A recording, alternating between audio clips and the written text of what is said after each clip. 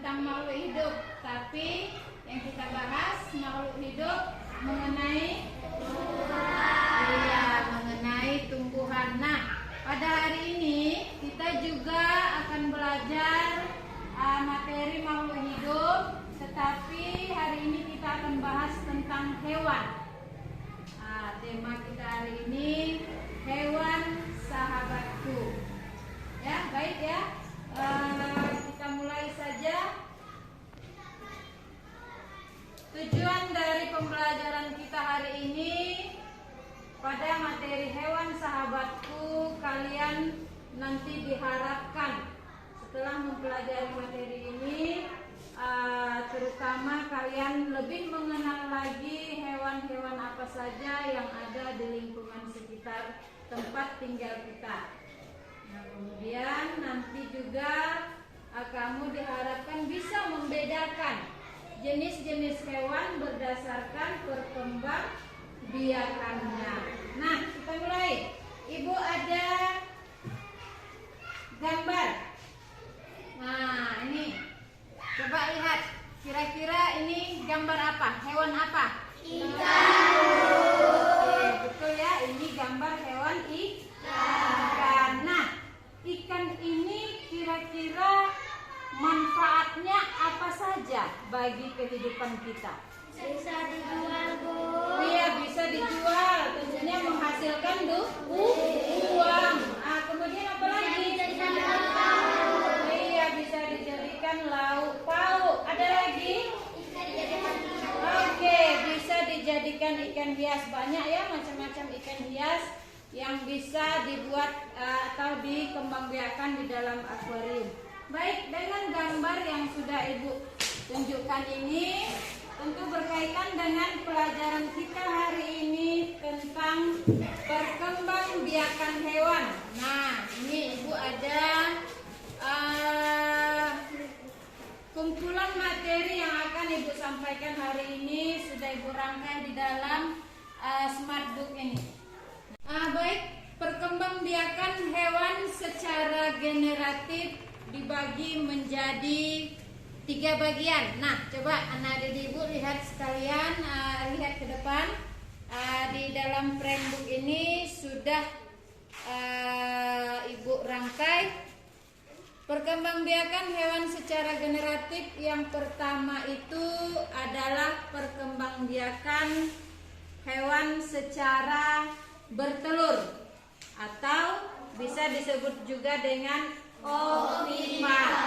Nah, perkembangbiakan hewan secara bertelur atau ovipar ini terjadi ketika sel telur yang dihasilkan oleh hewan betina bertemu dengan sel sperma yang dihasilkan oleh hewan jantan dan membentuk embrio di dalam cangkang telur. Nah, itu definisi dari perkembangbiakan hewan secara bertelur atau ovipar. Apa contohnya? Nah, coba kira-kira sebelum Ibu berikan contoh yang kamu lihat di lingkungan sekitar tempat tinggalmu, hewan yang berkembang biak secara bertelur, ada yang tahu? Ayo coba. Ayam, Bu. Oke, ayam, betul. Iya, betul sekali. Berarti sudah paham ya? Contoh hewan yang berkembang biak secara bertelur atau ovipar itu salah satunya adalah ayam. Kemudian ada bebek. Nah, ini contohnya, coba lihat yang Ibu buat. Selain ayam dan bebek ada cicak. Kemudian ada juga jenis dari burung. Nah, itu dia contoh daripada hewan yang berkembang biak dengan cara ovipar atau bertelur. Kemudian perkembangbiakan hewan generatif yang berikutnya atau yang kedua, secara melahirkan atau vivipar. Nah, itu yang kedua, hewan berkembang biak dengan cara melahirkan. Apa pengertiannya? Yaitu perkembangbiakan hewan yang terjadi karena pembuahan sel jantan terhadap sel telur betina di dalam tubuh induknya, kemudian mengalami pertumbuhan hingga siap untuk dilahirkan. Nah, kalau hewan yang berkembang biak dengan cara melahirkan ini, apa kira-kira contohnya? Iya, betul sekali. Iya, ada kucing, kemudian lembu atau sapi, iya, gajah.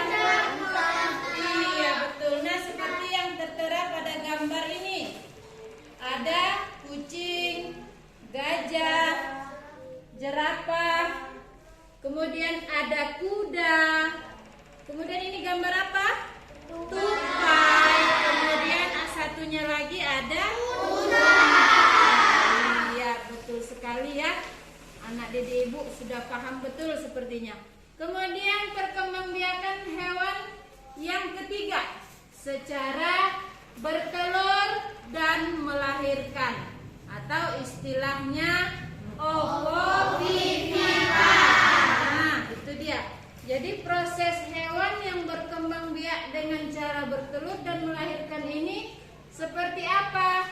Yaitu terjadi akibat telur yang sudah dibuahi menetas di dalam tubuh hewan induknya. Kemudian setelah dia menetas, maka keluarlah anaknya, hewan yang sama dengan induk betinanya. Nah, itu pengertian dari hewan yang berkembang biak dengan cara bertelur sekaligus melahirkan atau ovovivipan. Baik, sebelum ibu minta perwakilan salah satu kelompok untuk melafalkan surah Al-An'am ayat 38 ke depan, ada baiknya kita baca bersama-sama. Nah, coba supaya kita lebih mengingat dan mengetahui apa kaitan daripada materi pelajaran kita hari ini dengan surah yang tercantum di dalam Al-Quran, tepatnya surah Al-An'am ayat 38. Ayo sama-sama. Bismillahirrahmanirrahim.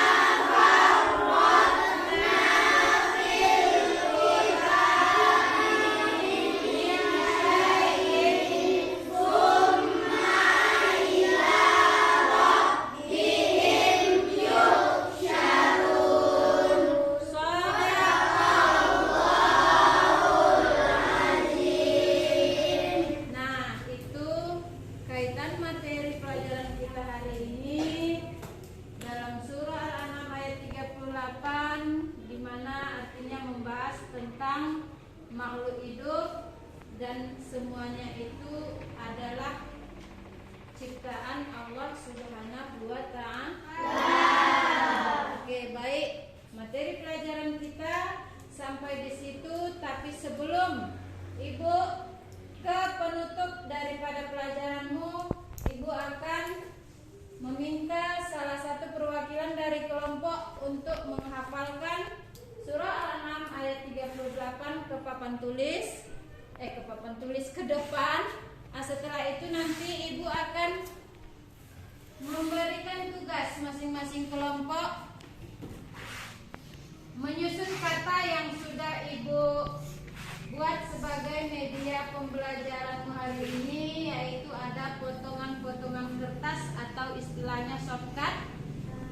Pada shortcut ini nanti kamu akan dituntut untuk menyusun atau merangkai katanya sesuai dengan susunan yang baik dan benar pada surah Al-An'am ayat Namun sebelum kemari, Ibu mau perwakilan dari setiap kelompok melafalkan surah Al-An'am ayat 38 ke depan dekat meja Ibu.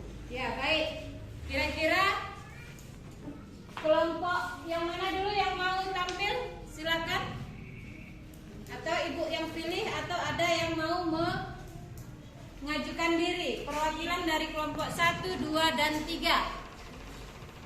Oke, kelompok 1 silakan. Rizky Amelia.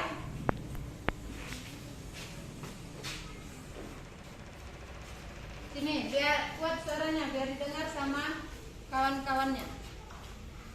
Bismillahirrahmanirrahim. Wa ma min dabbatin fil ardi wala ta'irin yatir bi janahihi illa umamun amsalukum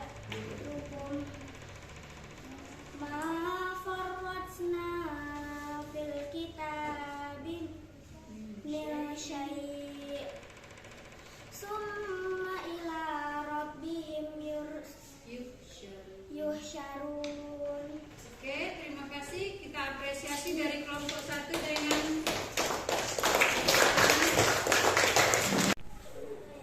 baik anak didik Ibu sekalian. Setelah tadi perwakilan kelompok masing-masing melafalkan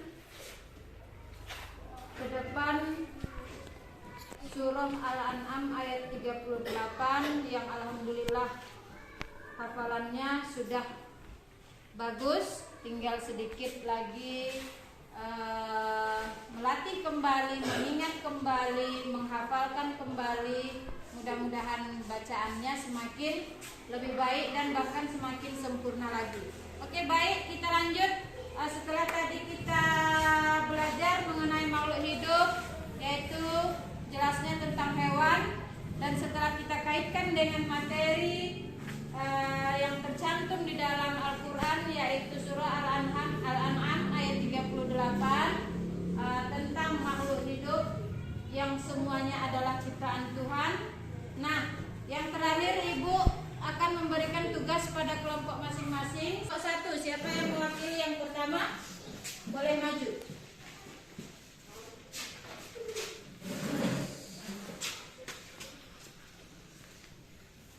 Ya, cari kata yang pertama pada surah Al-An'am. Kemudian kasih lem di belakangnya. Di atas saja, di atas sini kasih lem.